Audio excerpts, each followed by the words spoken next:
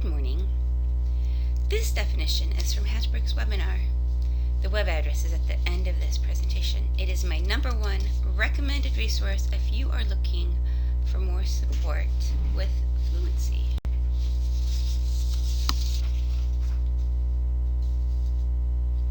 I like their definition because it ties into how readers become deep comprehenders and how comprehending deeply is a necessity for strong motivation. We know that fluency and comprehension have a reciprocal relationship. This definition dips into that by clearly stating our objective is to get kids to read deeper and to read more. While Hasbrook's and Glasser's definition should reflect our grand view of approaching fluency for our students to read deeply and be enthralled with it, Stahl and Kuhn's is an easier definition to apply ad hoc all through the day. Our brains are wired to acquire information at the same rate that we speak. If word recognition skills are causing slow reading, comprehension is hindered. Similarly, if students are scurrying through their reading, comprehension is hindered. Sounding like speech is our Goldilocks rubric. Not too slow, not too fast, just right.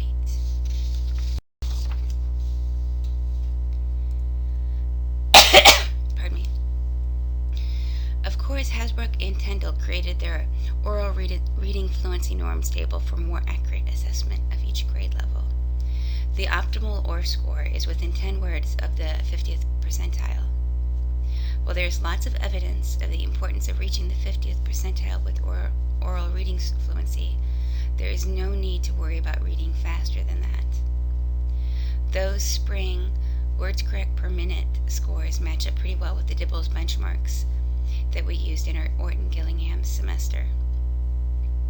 Which brings me to shortcuts to avoid. In our Orton-Gillingham semester, I gave the Dibbles assessments to 4 students, 2 elementary, 1 middle, and 1 high schooler. All 4 of them told me they never did the retelling portion at school. This neglected step communicates that fluency does not involve comprehension. That is not correct. Fluency is a reasonably accurate reading that leads to deep comprehension.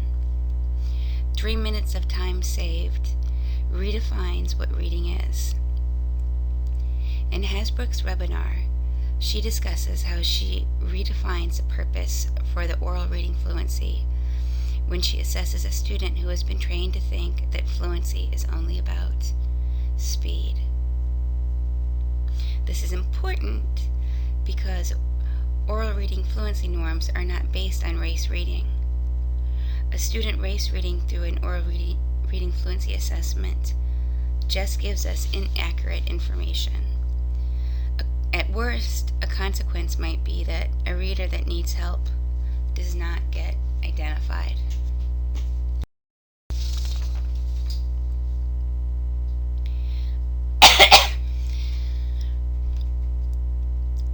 These are Hasbrook's steps that she uses when she's helping a reader correctly take an oral reading fluency assessment. When a student starts race reading, Hasbrook calmly notices it and stops it. Then she praises what the student was attempting to do. "Wow, you were sure reading fast."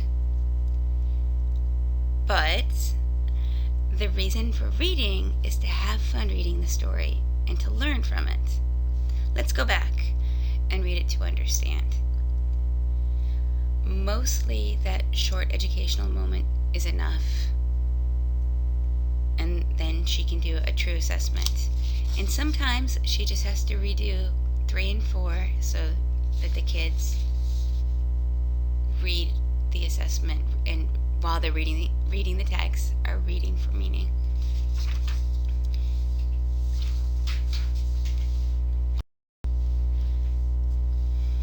I think oral reading fluency's dual role as both a comprehension assessment and a component of reading. has led to that confusion where students believe that fast reading is good reading. We also have to respect oral reading fluency's dual role. The underlying processes that the ORF measures need to be assessed when fluency is below benchmark. Hudson et al.'s framework for assessing the sub-processes of fluency directs us in what information we need to look at. Sight word recognition, in particular, is a prominent problem for those who struggle with fluency, and it too can be impeded by processes below it that are not firm yet.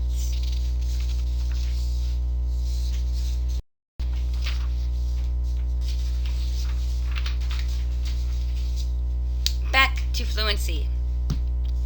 Glasser advises us to use AAA standards when we're working with fluency. Number 1, reasonable accuracy. Rather than calculating 95% accuracy, they use 3 mistakes as a quick-to-measure criterion. Automaticity. Number 2, automaticity with both reading the word and understanding it. Number 3, connecting those ideas together to assess the bigger picture. That's AAA fluency.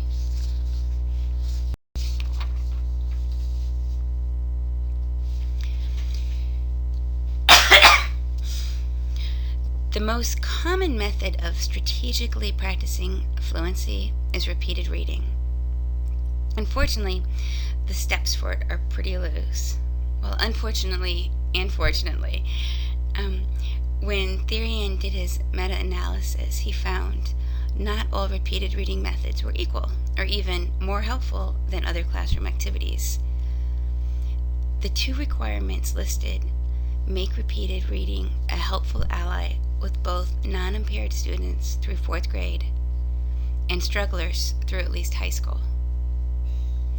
In reference to Therian's meta-analysis, competent is not defined, but I assume it means someone who can assess and give feedback in relation to all the processes that affect fluency.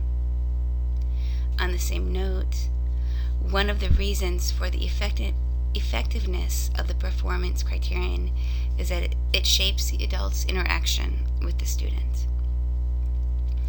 If the criterion is to make 3 or less mistakes, the adult focuses feedback to help that child read the misread words correctly on the repeated readings. Therian's finding of the variability in outcomes of repeated reading make me think of Dr. Murdoch's cake analogy. It's easy for both the child and the adult to get distracted from the purpose of the task, building accuracy for better comprehension. We don't want a cake that has been quick cooked with the blowtorch. We want a tasty cake. We want to practice reading for meaning.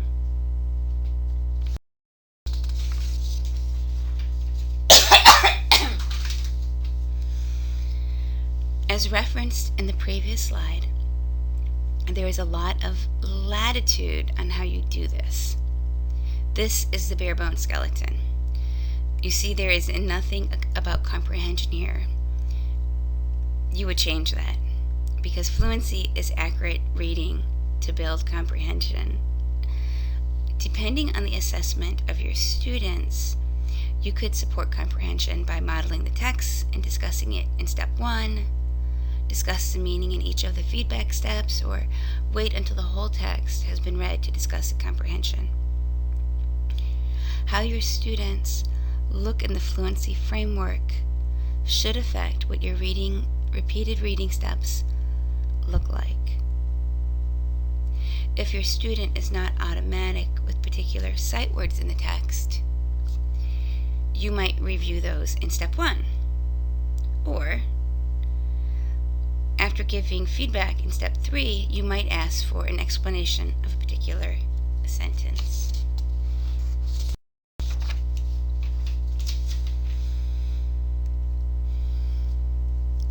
Remediation that begins in third grade is far less likely to improve skills than those that begin in first.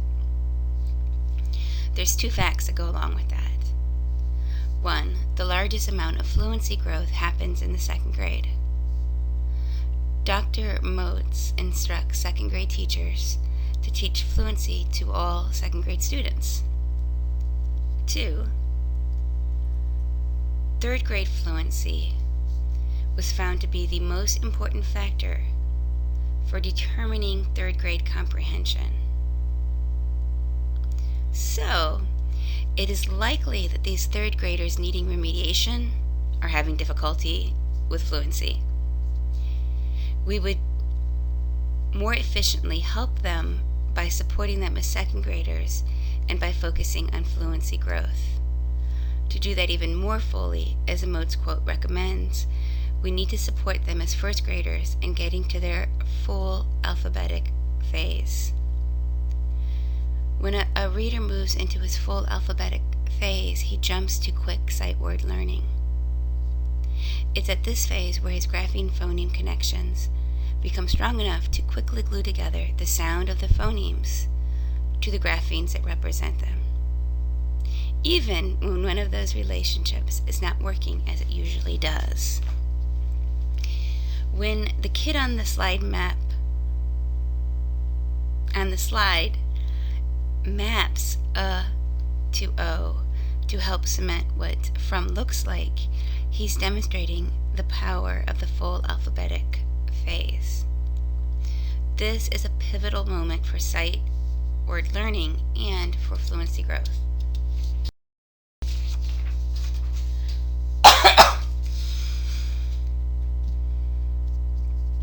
Rigorous support of 1st graders' shift into the full alphabetic phase supports their fluency.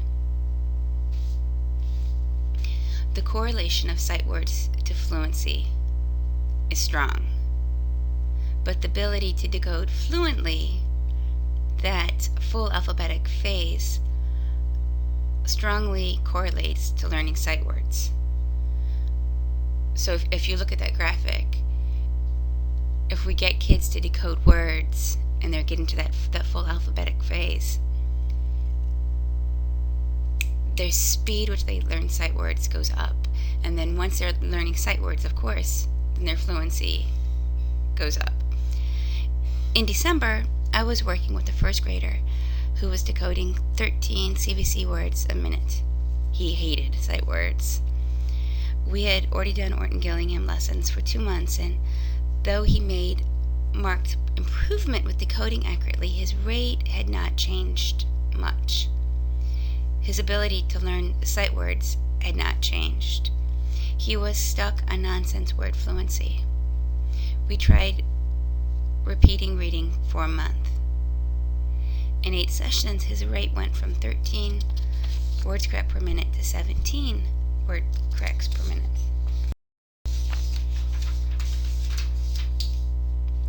So we adjusted how we were doing repeated reading.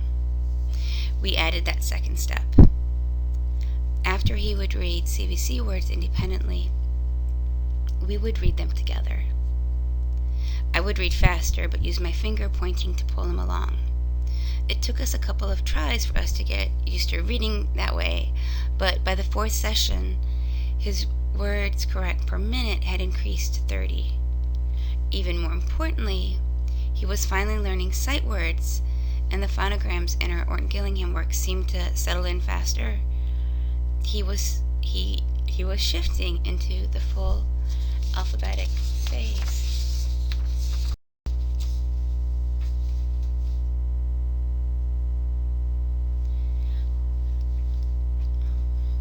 Things to keep in mind when using repeated reading. AAA fluency. Make sure students know we're reading accurately to assess meaning. Work with each student's repeated reading in reference to their fluency framework, but be ready to adjust as their skills change or don't change. Working with struggling 1st graders, my greatest problem was finding decodable text. I recently got Flyleaf Emergent Readers. What a difference good books make.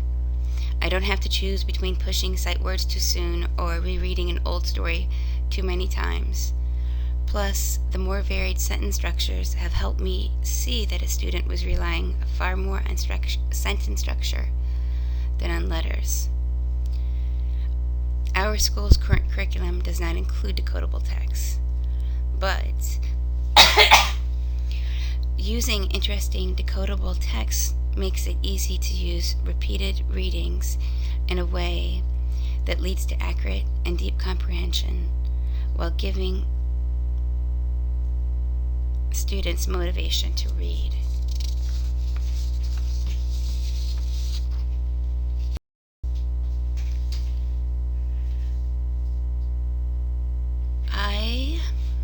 Lastly, I would be remiss if I did not talk about the importance of modeling with repeated reading. Most of the repeated reading that I did with struggling first graders was focused on decoding words fluently, not text. But when working with text, modeling must occur if we want to support our students in that third A, assessing meaning. Explicit direction on what you want the students to listen for helps. I agree. I think Pam is going to be excited about solving this. Listen to how I read this sentence. At the same time, know that accuracy and rate develop from word and text reading skills. Prosody develops from reading and understanding what's been read.